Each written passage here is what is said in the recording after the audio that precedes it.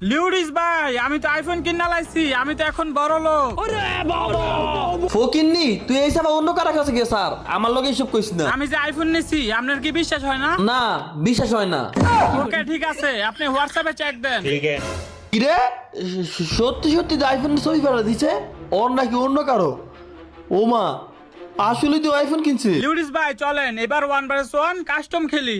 2 দিন হয় না আইফোন নিছত, আগে ভালো মতো আইফোন দিয়ে খেলা শিখ, তারপরে খেলতে আই। পুরো আমি আইফোন কিনছি, অন প্র্যাকটিস কিছুই করা লাগবে না। अच्छा আমার নিজের উপর কনফিডেন্স আছে, ম্যাচ হারবো না। চলেন কাস্টম খেলি।